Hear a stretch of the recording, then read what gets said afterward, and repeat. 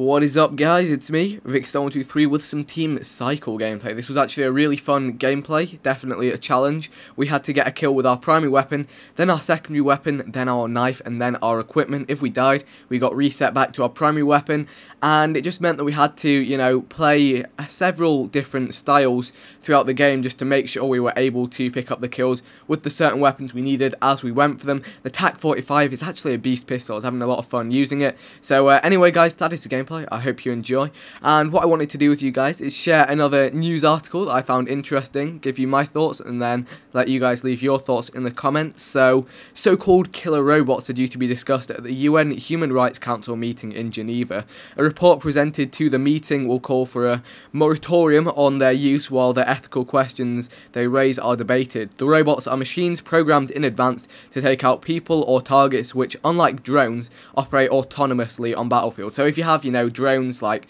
UAVs flying around with Hellstorm missiles as they have at the moment, you know, there's a person sat there, often with an Xbox controller, controlling the drones and using them to take out targets. This is a little bit different. This is like an AGR. This is a robot that is not even controlled by humans at all, that will just go around and take out targets, which, as you might imagine, raises quite a few ethical questions and concern. They are being developed by the US, the UK, and Israel, but have not been yet used.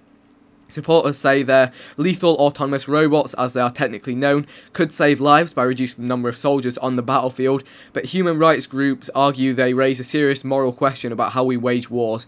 And they include, who takes the final decision to kill? Can a robot really distinguish between a military target and civilians? If there are serious civilian casualties, they ask, who is to be held responsible? After all, a robot cannot be prosecuted for a war crime.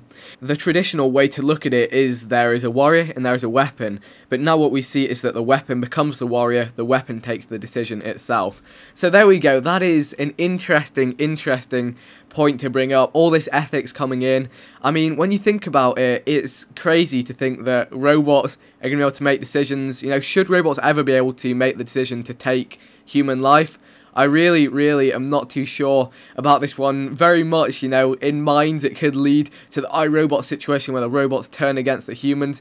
And, you know, with the intelligence of robots increasing, I mean, we always talk about the intelligence of household robots increasing, and, you know, you think, oh, robots taking over the world. But if these robots are designed to specially wage war, and then they turn against us, well, then we're in trouble. Then we are in trouble. And there was an interesting point that they will reduce the number of casualties in war, obviously, because there'll be less soldiers.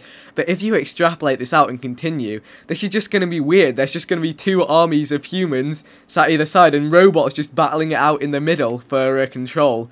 And it's just a bit of a twisted concept to go with, I guess. If you think about any sci-fi film, though, with, you know, future technology, it would probably end up something similar to that. But in the same way, why would an army ever risk their own human soldiers when they can send in a load of robot soldiers or AI-controlled robots? So that is the interesting point of view. We've all seen AGRs in the game just go crazy and start killing people.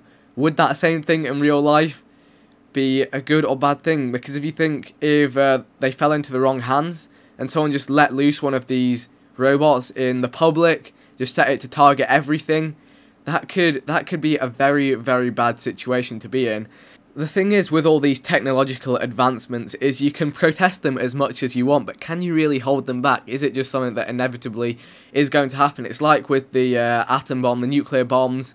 You know, they really didn't want to develop them, the guys who were developing them, but they knew that eventually it would happen, and they wanted their army to have it. Did you see that? 180 combat there. They said that inevitably it was going to happen, and they didn't want it to fall into the wrong hands, so they designed it for their countries. And it led to a lot of destruction, but was that destruction inevitable? Anyway, I've raised some questions. Be sure to leave some thoughts in the comment section. I'd love to hear your guys' thoughts on this. Always some insightful stuff in the comment section. Really do enjoy reading it. Anyway, if you did enjoy the video and the gameplay, feel free to leave a like rating if you're logged into a YouTube account. And also, feel free to check out my social media links in the description, my second channel, linked in the description also, and some other random weapon episodes by clicking the links on screen right now.